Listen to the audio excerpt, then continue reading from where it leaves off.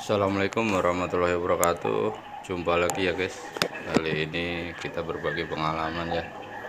Jadi saat ini anak murai belum dipanen, induk sudah bertelur. Yang jadi masalah yaitu anaknya sudah mulai mengganggu ya, sering bercanda. Jadi induknya ngerem, digangguin ya, depan glodok tuh. Kadang-kadang bahkan si induk lagi ngerem, posisi ekornya di dekat lubang itu sama si anak itu ditarik-tarik ya. Jadi si induk ngerasa terganggu, akhirnya dia keluar ya, jadi nggak fokus dia mengeram.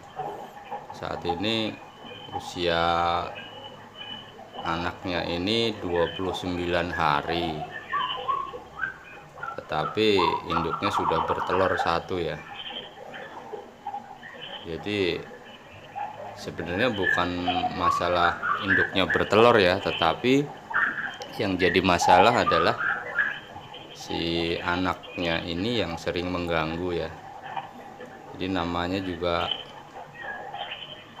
anak-anak ya, bisa dibilang gitu ya. Jadi dia bercanda, dia udah pinter makan, dia pinter mandi, bisa minum juga, terbangnya pun juga udah lihai. Jadi dia udah mulai pinter ya, udah mulai tingkat kecerdasannya udah mulai naik ya.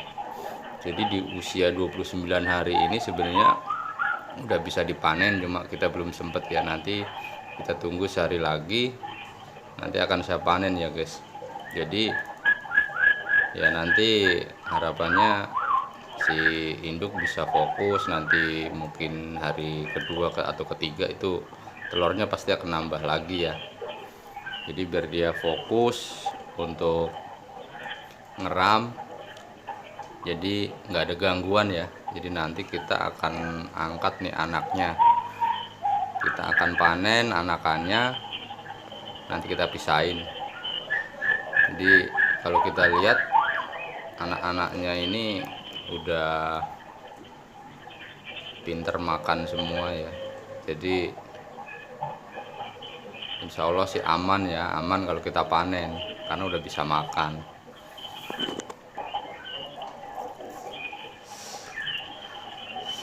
ya. Kadang-kadang ada juga ya, anaknya umur 25 hari 26 hari itu indukannya udah bertelur juga ada ya. Jadi sebenarnya kalau memang mau diloloh sendiri itu dari umur seminggu juga udah bisa ya guys. Cuma saya pengennya anaknya ini dibesarin sama indukannya, tapi beberapa masalah pasti akan timbul ya. Jadi salah satunya ya ini, jadi ketika si indukannya udah birahi, dia akan ngawin, kemudian bertelur ya. Mungkin juga si indukannya ini punya naluri bahwa anaknya udah bisa mandiri ya, makanya dia bertelur lagi juga, kemungkinan seperti itu ya. Jadi menurut saya lebih baik ketika sudah mulai bertelur itu kita panen saja ya, walaupun usianya mungkin belum genap 1 bulan. Jadi biar nggak mengganggu ya.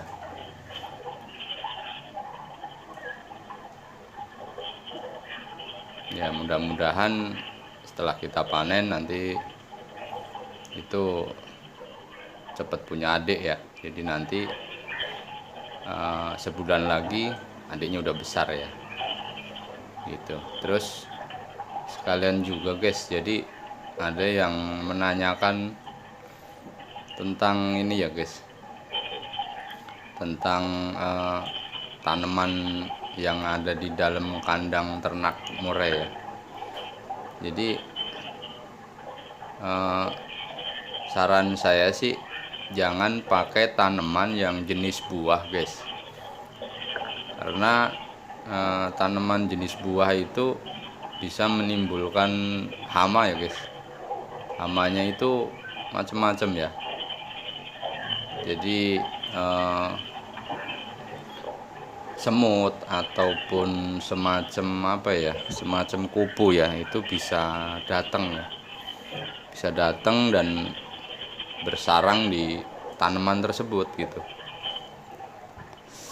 Jadi saya juga pernah coba pakai tanaman jenis jambu ya. Jenis jambu itu bagus untuk batang pohonnya atau rantingnya ya. Jadi dia seneng ngadem dan bertengger di situ tuh, di ranting-rantingnya. Tetapi ya itu masalah yang timbul hama ya, hama semut ataupun kupu, ataupun yang kayak semacam putih-putih itu guys, jadi kayak kapas gitu ya, padahal itu hama ya, hama pohon ya. Lalat buah kadang-kadang juga nyamper ke situ ya, kalau posisinya itu terbuka outdoor ataupun dalam ruangan tetapi ventilasinya banyak ya, jadi angin-anginnya banyak ya. Biasanya kalau untuk settingan ruangan ternak itu kan harus sirkulasi udaranya harus bagus ya guys, jadi nggak pengap gitu, jadi ya si burung juga nyaman ya. Jadi apa kaitannya sama tanaman gitu ya, itu untuk kenyamanan si murai tersebut ya. Jadi sesuai dengan kehidupan alaminya burung murai yang di hutan itu ya. Jadi kalau untuk mengembalikan kehidupan alami burung murai ya, menurut saya sih tanaman perlu juga ya. Jadi perlu juga kita tempatkan di dalam kandang. Nah, saran saya sih pakai tanaman yang jenis tanaman hias. Jadi tanaman hiasnya kita pilih itu yang bandel ya, maksudnya kurang air atau kita jarang nyiram pun dia hidup terus, kurang sinar matahari pun dia juga hidup ya. Saya juga kurang tahu nih yang saya taruh di dalam kandang ini ya, namanya apa gitu, saya kurang paham. Yang jelas itu tanaman jenis hias guys, yang kalau kita tanam itu kita cukup potong di bawah ruasnya, itu kita tancepin di tanah, di pot gitu, dia akan hidup guys. Yang penting tanahnya adem ya, basah gitu ya. Jadi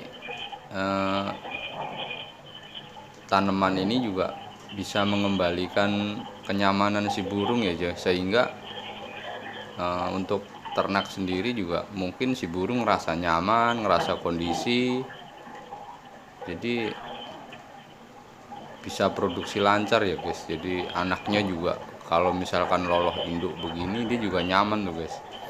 Jadi pas dia udah mulai bisa terbang, dia itu kalau siang ataupun sore itu suka ngadem di bawah pohon ya, di bawah pohon itu di potnya ya, dia suka nangkring di situ ya. Jadi itu ya guys, ada dari video ini bisa kita ambil kesimpulan bahwa ada dua masalah di sini yang mungkin kita bisa ambil hikmahnya ya. Jadi pertama, anaknya itu menginjak umur 1 bulan itu udah mulai mengganggu ya, karena udah mulai aktif banget ya, mengganggu indukannya, sedangkan indukannya udah mulai bertelur.